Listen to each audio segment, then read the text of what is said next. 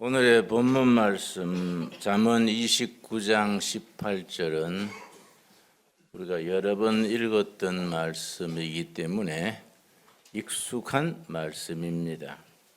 잠언 29장 18절 묵시가 없으면, 묵시는 영어 성경에서는 비전이란 단어를 씁니다. 비전이 없으면 백성이 방자히 행하거니와 망할 짓을 골라서 하거니와, 그런 의미입니다. 율법을 지키는 자는, 하나님의 말씀을 지키는 백성은 복이 있으리라. 참 간결하고 귀한 말씀입니다. 나라나 교회나 기업이나 가정, 개인이나 공동체가 비전이 없으면은 망할 짓을 골라서 하거니와, 하나님의 말씀 율법을 지키는 자들은 복이 있다 하셨습니다. 우리나라가 세계의 불명예스러운 1등이 몇 가지 있습니다. 첫째는 교통사고 사망률이 세계 1위입니다. 둘째는 더 마음 아픈 것이 노인 자살률이 세계 1위입니다. 복지가 골고루 미치지 못하고 옛날처럼 부모를 공경하고 노인들을 존중하는 그런 분위기가 사그러들면서 노인들의 사망률이, 자살률이 12년째 세계 1등입니다. 더 가슴 아픈 것은 청소년 자살률이 OECD 국가 중에서 1위를 지키고 있습니다. 안타까운 일이지요.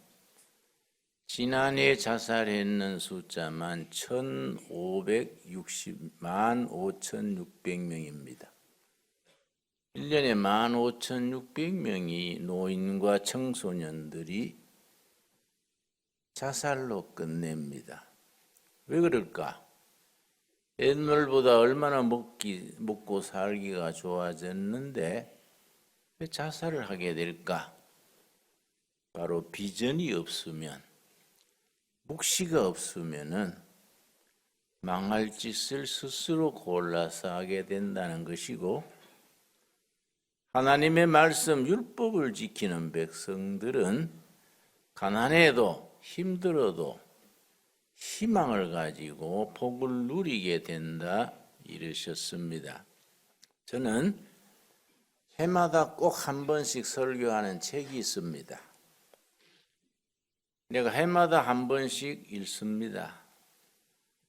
해마다 반복해서 이 책을 설교하는 이유는 그만큼 중요하다는 얘기지요. 저는 중요한 것은 반복해야 된다, 그렇게 생각합니다. 테크노 헤게모니, 이런 책입니다. 테크노 헤게모니. 이런 용어를 합성어라 그럽니다. 두 가지 이상의 단어가 합쳐져서 한 단어를 만들 때 합성어입니다. 테크놀로지, 기술, 더하기 헤게모니, 주도권, 합쳐져서 테크노 헤게모니입니다. 일본의 과학자 야쿠시지 타이조란 분이 지은 책인데, 야쿠시지 타이조는 동경대학 공과대학을 졸업하고 미국의 UC 버클리에서 정치학을 공부해서 박사학위 논문으로 이 책을 썼습니다. 그걸 보완을 해서 테크노 헤게모니, 이런 책을 출간을 했습니다. 핵심이 뭐냐 하면은, 어느 시대에나 그 시대 세계를 주도하는 국가, 국민이 있다. 어떤 국가, 어떤 국민이 세계사에 앞장서서 그 시대를 주도하느냐? 테크놀로지, 기술.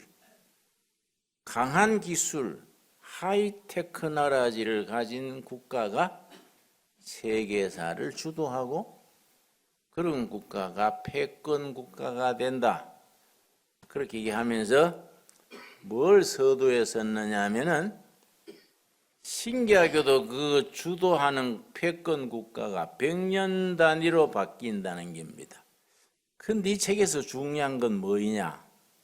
내가 그냥 뭐 소개하는 게 아니고 우리 신앙생활에 관계되는 얘기입니다. 우리가 예수를 어떻게 믿어야 될까?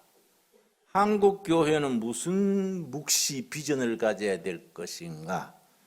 한국이란 나라는 어떤 꿈을 꾸는 나라가 되어야 될 것인가? 거기에 대해서 여기에 좋은 시사가 있기 때문에 나는 해마다 한 번씩 읽고 한 번씩은 또 설교를 합니다.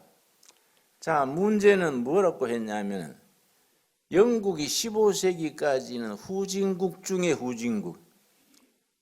이게 16세기 들어가면서 서서히 뜨기 시작하더니 17세기, 18세기에 가서 세계 최고의 강대국으로 19세기에 가서 빅토리아 여왕 시대에는 전 세계 패권 국가로 올라섰습니다. 여러분, 영국이 그렇게 큰 나라가 아닙니다. 영국 인구가 우리하고 비슷하고요.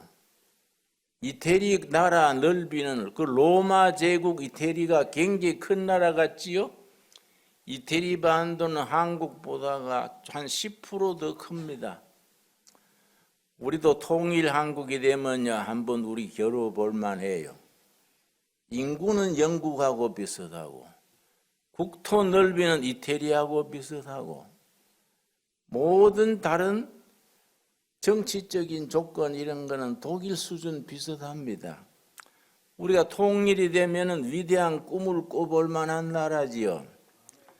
여러분, 그런데 왜 수진국 영국이 그렇게 전 세계의 1등 국가가 됐는가? 거기에 대해서 설명을 쭉 했습니다. 1517년 말틴 루터가 종교개혁을 깃발을 들었는데 자기가 섬기던 수도원의 게시판에다가 교회는 이렇게 변해야 한다. 95개 조항을 교회의 비리, 요즘 말하면 적폐, 95가지를 쭉 적어서 붙였습니다. 때마침 구텐베르그라는 사람이 활자를 발명해가지고 금속 활자를 발명해서 말틴 루터가 벽에 붙였는 95개지를 구텐베르그의 인쇄술로 전부 인쇄를 해가지고 전 유럽에 뿌렸습니다. 종교개혁이 깃발이 오른 겁니다. 1517년인데 그래서 프랑스로 스위스로 영국으로 종교개혁 정신 프로테스탄트 운동이 불길처럼 퍼졌습니다. 그래서 독일의 개신교 신자를 루터란 그래요. 영국의 개신교 신자는 유그노, 스위스의 개신교 신자는 칼비니스트, 영국은 뭐라 했겠습니까? 퓨리탄, 청교도라 그랬습니다. 각 나라의 개신교 신자들의 이름이 달라요. 프랑스는 유그노, 독일은 루터란, 영국은 퓨리탄, 청교도 이렇게 다 불렀는데 독일에 이어서 프랑스가 개신교 운동이 퍼져나가니까 거의 100만 개신교를 넘어서게 됐습니다. 영국 캐톨릭 교회, 프랑스 캐톨릭 교회가 참 큰 죄를 졌어요. 역사에 오점을 남겼습니다. 1572년 8월 24일에 천주교 지도자들하고 귀족들이 사기를 쳤어요. 개신교가 막 떠오르니까. 근데 개신교는 개혁정신이 있는 사람, 앞선 사람, 개혁정신, 과학, 기술, 금융 이런 걸 담당하는 사람들이 개신교의 수도력을 잡았습니다. 그냥 뒀다가는 나라가 안 되겠다. 그래서 여의도 광장 같은 광장에 전부 모이게 했습니다. 이제 우리나라도 이제 종교 자유를 공포하겠다. 그 성 바돌롬의 축제에 있습니다. 캐톨릭은 신앙의 위인들의 축제가 있습니다. 축제일이 따로 있습니다. 성 프란시스코 날, 성 바돌롬의 날.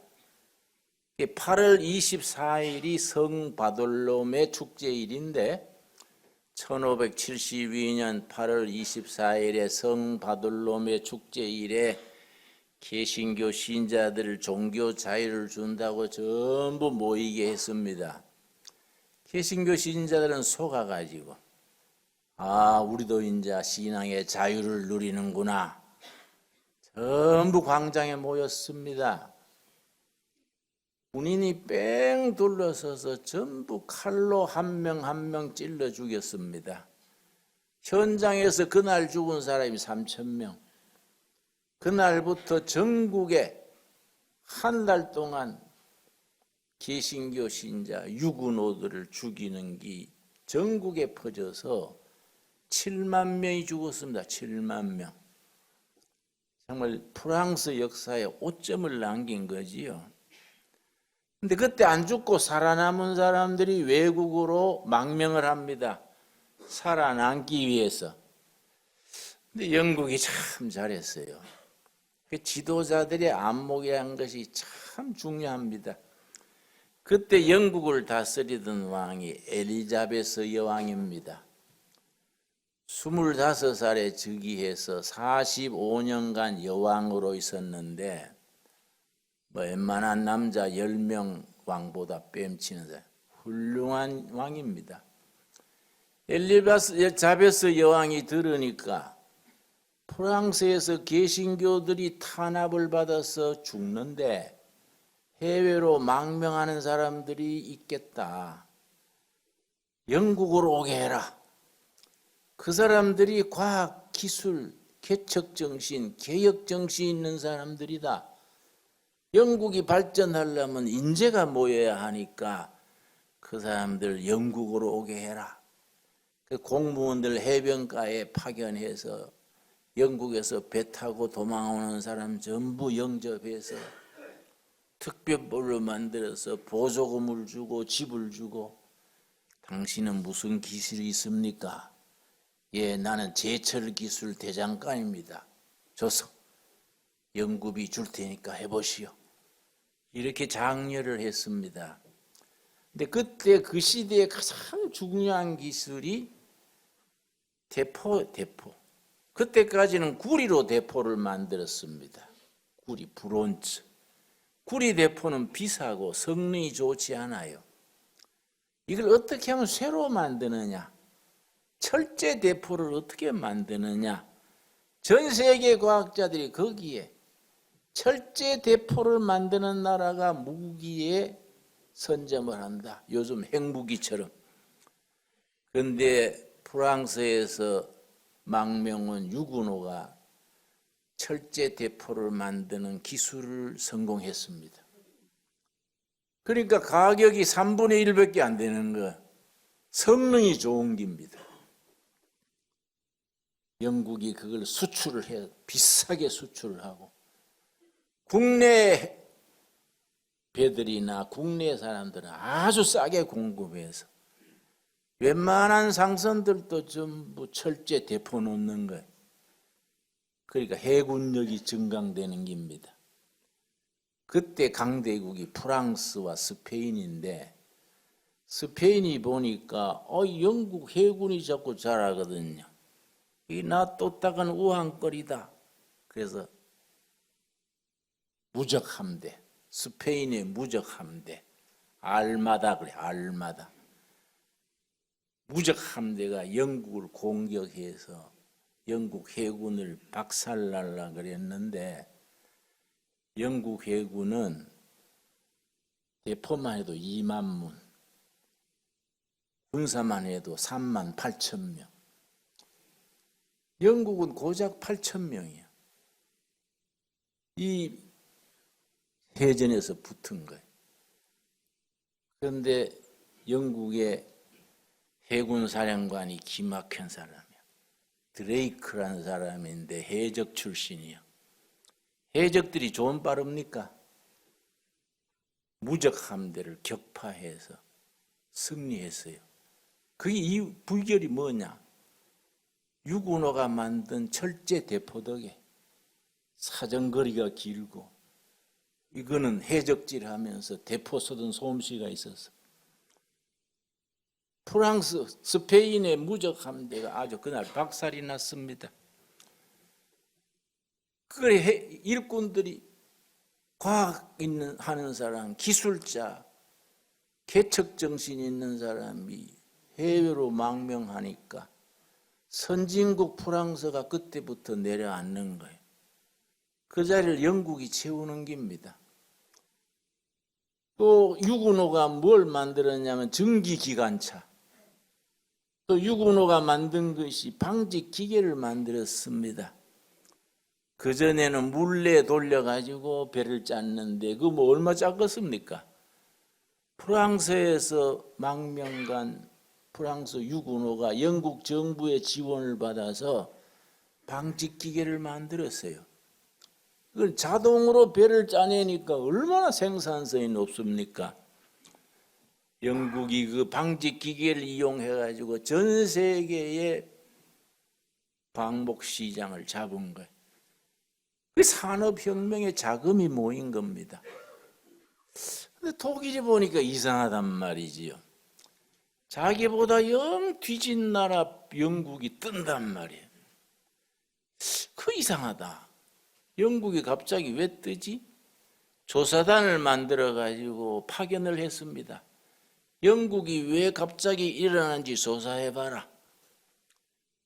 대표를 뽑아가지고 한 달간 조사를 시켰습니다. 돌아와서 하는 말이 프랑스에서 망명한 유군호들을 잘 활용해서 그 사람들의 선진 기술을 이용해서 그렇게 발전하게 됐습니다.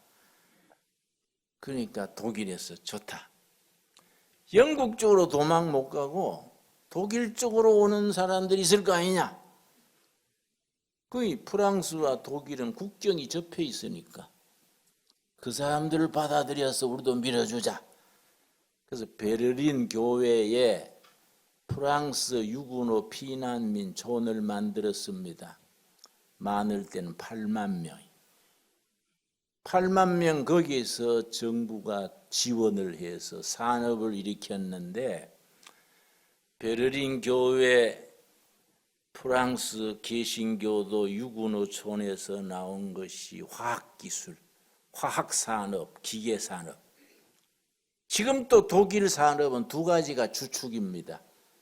화학산업, 제약산업의 바이엘, 그 제약회사들 있지요? 다 거기서 나온 거예요. 벤츠, 자동차 다 그 출처가 거기. 기계산업, 화학산업. 독일 강국을 이룬 기본 기술이 된 거지요. 중요한 건 뭐냐? 소수의 개신교 신자들이 본국에서 추방당해가지고 도망가서 해외에 나가서 그 사람들의 그 창조적인 상상력, 기술, 개척 정신이 새로운 시대를 만드는 겁니다. 거기서 산업혁명이 일어나고 영국을 강국으로 만드는 겁니다. 이번에 이제 스위스 차례입니다. 스위스 제네바의 칼빈, 프랑스 말로 까르뱅 선생이 있었는데 이 사람이 프랑스 출신이에요. 27살 때 책을 썼는데 기독교 강요란 1, 2, 3권 기독교 강요 크리스찬 인스티튜트 필독서입니다. 교인들 가정에는 반드시 그 책이 있어야 돼요. 성경 다음에 그 책이 있어야 됩니다. 그걸 27살에 썼어요. 천재입니다, 천재. 이분이 먼 일로 스위스 제네바에 갔더니 제네바의 프로테스탄트 신자들이 까르뱅 선생, 우리 시에 남아서 우리 시를 좀 이끌어 주시오. 그래서 제네바시의 지도자가 돼서 제네바 성시화 운동을 일으켰습니다. 거기서 사람을 많이 길러서 개신교 운동을 해외에 수출한 거예요. 근데 거기에 누가 찾아왔냐면은 프랑스에서 망명 나온 유구노들이 자기 조국 고국 출신 까르뱅 칼빈을 찾아온 거예요. 그러니까 이제 칼빈 선생이 본국에서 온 그 사람들 만나서 당신들이 뭘 할 수 있습니까? 우리나라는 산이 험하고 농지는 적고 자라기가 어려운데 최선을 다할 테니 당신들이 잘하는 게 뭐예요?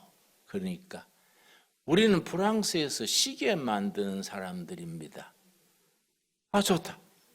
그럼 당신들 산골짜기 하나 드릴 테니까 그것을 시계 단지를 만드시오. 그래서 꼴짜기 하나 떼줬습니다.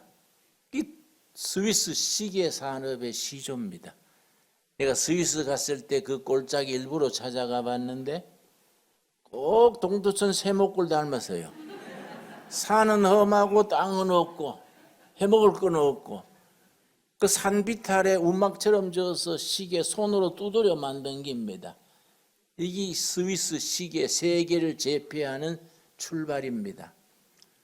이 책이 중요한 것은 신앙적으로 소수지만은 창조적이고 영적이고 비전을 가지고 하나님의 법을 지키면서 그 사람들이 시대를 이끌어가는 앞장을 서야 됩니다. 하나님의 뜻을 받들어서 말씀을 지키면서 기도하고 응답받고 영적인 상상력을 가지고 나라를 변화시키고 사회를 변화시키고 시대를 만들어가는 앞장에 설 수 있어야 됩니다. 그런 사람을 성경에서는 그 시대의 남은 자. 여러분 엘리야 시대에 남은 자가 몇 명 있었습니까? 남은 자가 7,000명의 남은 자를 뒀다 그랬는데 이 시대에도 남은 자가 있는 겁니다. 로마서 11장에 사도 바울이 뭐라 그랬습니까? 엘리야 시대에 7,000명의 남은 자가 있었듯이 지금 또 남은 자가 있느니라. 여러분 남은 자란 말이 신학에서는 아주 중요합니다. 영어로 렘넌트, 남은 자. 이러니 저러니 먹도 먹고 사회의 브랜드 가치도 떨어지고 하지만은 이 나라의 희망은 교회입니다. 교회.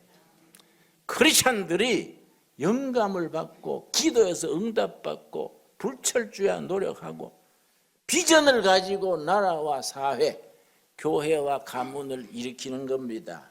여러분, 그래서 비전이 없으면 백성이 방자히 행하거니와 하나님의 말씀을 지키는 백성은 복이 있느니라. 그 말씀 그대로 이루어지는 우리 한국교회 우리들이 될 수 있기를 바랍니다. 여러분 요엘서 2장 28절 말씀 1272페이지입니다. 요엘 선지가 간단한 책인데 위대한 예언 3가지를 했습니다. 메시아 예수님이 오실 예언을 하시고 오순절 성령 강림할 걸 예언하시고 예수님이 끝날에 재림하실 것이 요엘서에 그렇게 들어있습니다. 2장 28절 요엘서 평소에 여러분 잘 안 읽으니까 찾기가 쉽지 않지요. 예, 보면 창세기부터 찾아오니 이거 예배 마칠 때나 올까 말까 하지요. 1272페이지 28절 말씀. 그 후에 내가 내 신을 만민에게 부어주리니 하나님의 신 성령을 만민에게 부어주리니 너희 자녀들이 장래일을 말할 것이며 너희 늙은이들은 뭡니까? 꿈을 꾸며 꿈꾸는 늙은이, 성령 안에서 꿈꾸는 늙은이, 나이를 잊어버리고 꿈을 꿔야 돼요. 너희 젊은이들은 이상을 볼 것이라. 이상, 묵시. 히브리어 원문은 같습니다. 비전, 영어로는 비전. 젊은이들은 비전을 보고 늙은이들은 꿈을 꾸고 너희 자녀들은 예언을 말할 것이다. 그 예언이 언제 이루어졌습니까? 사도행전 2장입니다. 사도행전 2장.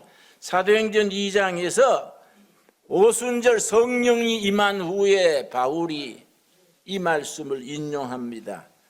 이 오순절 성령 강림에서 교회가 시작된 것이 우연히 된 게 아니다.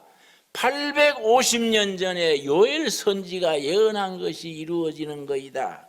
그래서 사도행전 2장 16절 이는 곧 선지자 요엘로 말씀하신 것이 일렀으되 하나님이 가라사대 말세 내가 내 영으로 성령으로 모든 육체에게 부어주리니. 여러분 약속하신 대로 두루에게 성도들 가정 심령에 성령께서 임하게 될 줄로 믿습니다. 믿어야 돼요. 말세 내가 내 영 성령을 부어준다. 아멘으로 받읍시다. 부어주니 성령 받으면 뭐이 달라지느냐? 뭐 잘 먹고 잘 살고 그런 수준이 아니고 너희 자녀들은 예언할 것이요. 예언이 뭡니까? 예언. 길 없는 시대에 개인이나 교회나 나라가 길이 없을 때에 길을 찾아서 선포해 주는 게 예언이요. 너희 자녀들은 성령 받아서 예언할 것이요. 너희 젊은이들은 환상을 보고 비전입니다. 비전. 너희 젊은이들은 비전을 보고. 여러분 우리 젊은이들이 성령 받아서 나라와 개인, 교회와 공동체의 미래의 목표, 미래의 경륜, 비전을 보는 젊은이들이 길러질 수 있기를 바랍니다. 너희 늙은이들은 꿈을 꾸리라. 여러분 꿈꾸는 노인이 돼. 꿈꾸는 노인. 꿈꾸는 노인. 성령 받아서 꿈꿔서 통일 한국의 꿈을 꾸고 가문의 번영의 꿈을 꾸고 교회 부흥의 꿈을 꾸고 새로운 시대의 미래를 보는 꿈을 꾸는 그런 성령의 노인들이 될 수 있기를 바랍니다. 사는 방식을 바꿔야 돼요. 사는 방식, 습관, 사고방식을 바꾸는 것을 회개한다 그래요. 회개한다. 여러분 우리가 지금 회개할 때입니다. 내가 말세 내 영을 부어주리니 너희의 자녀들은 예언할 것이요 길 없는 시대에 길을 찾아서 선포하는 예언자가 될 것이고 너희의 젊은이들은 비전을 보고 미래에 함께 나갈 목표를 보여주는 비전을 볼 것이고 너희 늙어들은 꿈을 꾸리라. 얼마나 멋있는 말씀입니까 여러분. 그런 일에 응답받는 우리 둘의 가족들 될 수 있기를 바랍니다. 기도하겠습니다.